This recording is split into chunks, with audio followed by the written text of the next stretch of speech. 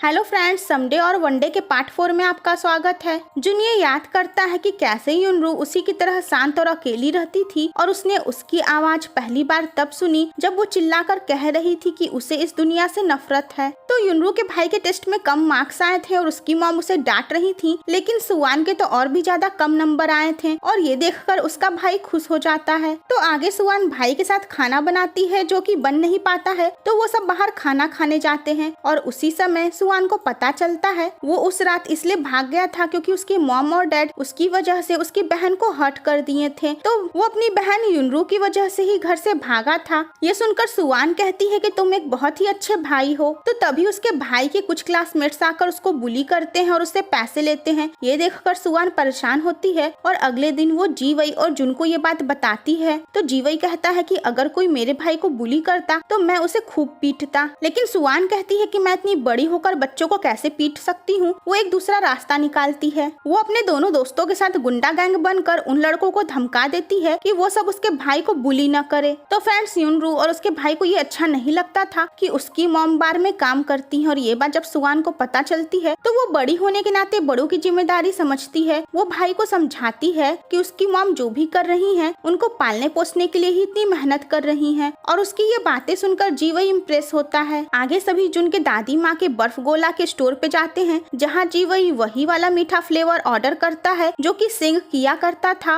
और वो सिंह जैसी ही बातें करता है। सुवान कहती है कि तुम तो बिल्कुल उसी के जैसे हो। जीवई कहता है तब तो हम भाई जैसे हुए, मुझे उससे मिलना चाहिए। तो सुवान जुन से ट्यूशंस लेती है और जीवई को उन दोनों को करीब आते हुए देखकर अच्छा नहीं लगता है। वो बार बार उनकी पढ़ाई में डिस्टर्ब करता है। उसके बाद वहाँ से चला जाता है। वो अपने आप से कहता है कि वो ऐसा बिहेव क्यों कर रहा है। तो जीवई को एक छोटी सी क्यूट सी लड़की मिलती है जो उससे स्नैक्स मांगकर खाती है। जीवई कहता है कि तुम्हारी मॉम ने सिखाया नहीं कि अजनबियों से कुछ भी नहीं लेते हैं। वो बताती है कि वो अपनी दादी के साथ रहती है और वो खो गई है। जीवई परेशान होता है और पुलिस को कॉल करने जाता है, लेकिन वो पुलिस के नाम से डर कर रोने लगती है। जीवई उसे घर पहुंचाने के लिए उससे घर का पता पूछता है जो उसे पता नहीं था, लेकिन उसे एरिया का अंदाजा हो जाता है। बस फिर क्या, वो बैठा लेता है उस छोटी सी बच्ची को अपनी गाड़ी पर, उसे हर जगह घुमाता है ये पूछने के लिए कि उसका घर कहाँ पर है और रास्ते में उसकी खूब केयर करता है। उसे तरह तरह की चीजें खिलाता है, उसके साथ गेम्स खेलता है। तो वो लड़की पूछती है कि क्या आपकी कोई गर्लफ्रेंड है। वो कहता है नहीं। वो उससे पूछती है कि आपको कैसी लड़की पसंद है। तो जीवई सुवान की क्वालिटीज को सोचते हुए बता देता है कि उसे किस टाइप की लड़की पसंद है। ये सुनकर वो छोटी बच्ची कहती है कि जिस लड़की के बारे में आप बता रहे हैं वो तो लगता है मैं हूँ। उसकी बात पे जीवई हंस देता है। वो उसे फाइनली घर पहुँचा देता है। तो वो लड़की कहती है कि मेरा नाम सुवान है और आप मुझे भूलिएगा मत। तो फ्रेंड्स, ये छोटी लड़की कोई और नहीं बल्कि फीमेल लीड सुवान ही थी।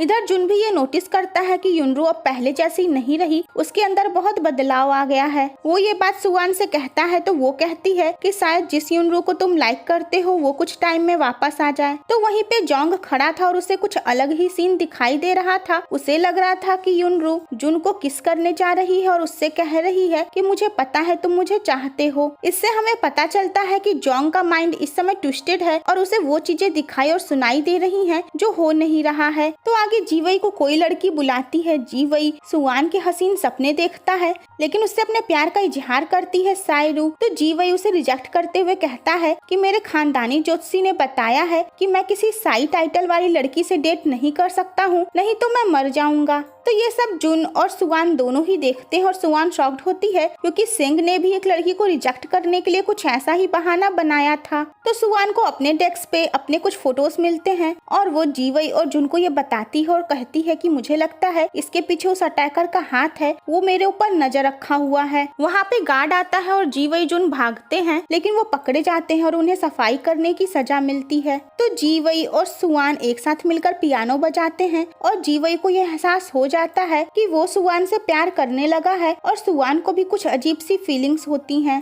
तो आगे बहुत तेज बारिश होती है। सुवान के पास एक छोटा सा छाता रहता है। जीवई कहता है कि हम तीनों इस छाते में नहीं आ पाएंगे। वो जुन को कहता है कि तुम दोनों एक साथ चले जाओ। तो जुन को याद आता है कि जीवई भी युनरू के लिए फीलिंग्स रख रहा है। तो फ्रेंड्स, ये दोनों इतने पक्के दोस्त हैं कि इनके लिए लड़की से बढ़कर दोस्ती है। तो बस वो जीवई को कहता है कि तुम जाओ सुवान के साथ। सुवान परेशान होकर कहती है कि चलो हम तीनों ही साथ चलते हैं और उसके बाद वो सब मस्ती करते हुए एक साथ भागते हैं, लेकिन उनका छाता भी उड़ जाता है और वो तीनों ही बारिश में भीगते हैं। जीवई सुवान से बहुत ज्यादा प्यार करने लगा था और इसीलिए वो आगे जुन को साफ बता देता है कि वो भी युनरू को लाइक करता है। जीवई को लगता है कि जुन नाराज हो जाएगा, लेकिन वो बहुत ही नॉर्मल बिहेव करता है। तो अंकल वो उन दोनों को एक बार फिर से युनरू के साथ देखकर पूछते हैं कि तुम दोनों में से कौन मेरी भतीजी को लाइक करता है और उसके चक्कर में पड़ा हुआ है। ये सुनकर उन दोनों को ही बहुत अजीब लगने लगता है। तो आगे जब युनरू से उसके अंकल पूछते हैं कि तुम किससे लाइक करती हो, तो सुवान कहती है कि अरे मैं इतनी बड़ी होकर हाई स्कूल के बच्चों को क्यों पसंद करूंगी। वो कहती है कि एक्चुअली युनरू लव ट्रायंगल में फंस गई है। जुन युनरू को लाइक करता है, लेकिन युनरू जीवई को लाइक करती है।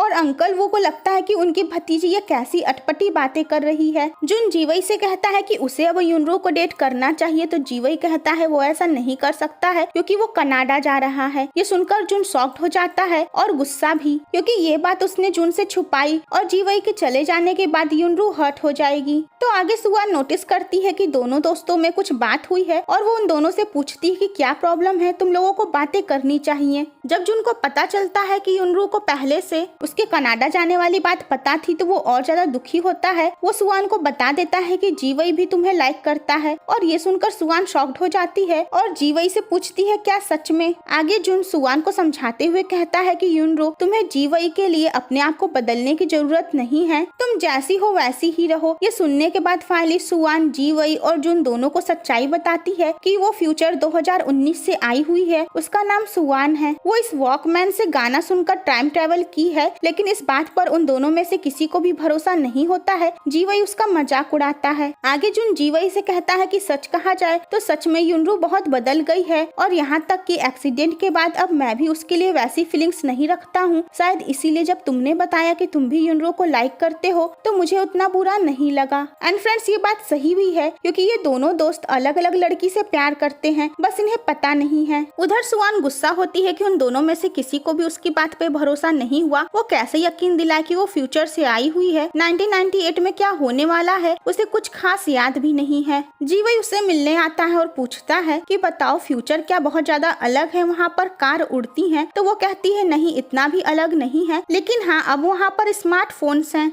जीवई कहता है ये सारी बातें बहुत ही मजेदार हैं। तो सुवान कहती है कि तुम हाई स्कूल बच्चे क्या सोचते हो, मेरी तो समझ से बाहर है। दूसरे दिन जुन भी युनरू से बात करता है। वो कहता है कि उसे यकीन तो नहीं है, लेकिन वो उसकी बात मान लेगा। इस तरीके से वो पहले वाली युनरू से प्यार करता रहेगा और उसके दिल में भी कम तकलीफ होगी। सुवान कहती है कि तुम इतने अच्छे हो और युनरू से इतना प्यार करते हो, युनरू को तो तुम्हें लाइक करना चाहिए था उस इडियट जीवई की जगह। लेकिन फ्रेंड्स युनरू जो अंदर कैद है वो जीवई को हमेशा देखती है और जीवई के लिए उसका प्यार और भी ज्यादा बढ़ता जा रहा है। तो वो लड़की साइरू जो जीवई को लाइक करती थी, वो सुवान से बदला लेने के चक्कर में उसकी तस्वीरें कुछ खींच लेती है जब वो ड्रेस बदल रही थी गर्ल्स के साथ, और उसके बाद रात में उसे वो बोर्ड पर लगाती है स्कूल में, ताकि युनरू की इससे इंसल्ट हो। और यही वो थी जिसने सुवान को तस्वीरें भेजी थी, ना कि वो अटैकर था। तो जोंग भी उसे ऐसा करते हुए देखता है और जैसे ही वो अपने दोस्तों से अलग होती है वो उसे पकड़ लेता है और उसके ऊपर अटैक करता है। और दूसरे दिन साइरू अपने क्लास में मरी हुई पाई जाती है। तो साइरू की दोनों दोस्तें सुवान को देखकर डर जाती हैं, क्योंकि उन्हें लगता है कि सुवान को वो फोटो वाली बात पता चल गई थी और उसी ने साइरू को मारा होगा। तो फ्रेंड्स इसका नेक्स्ट पार्ट देखना मत भूलिएगा।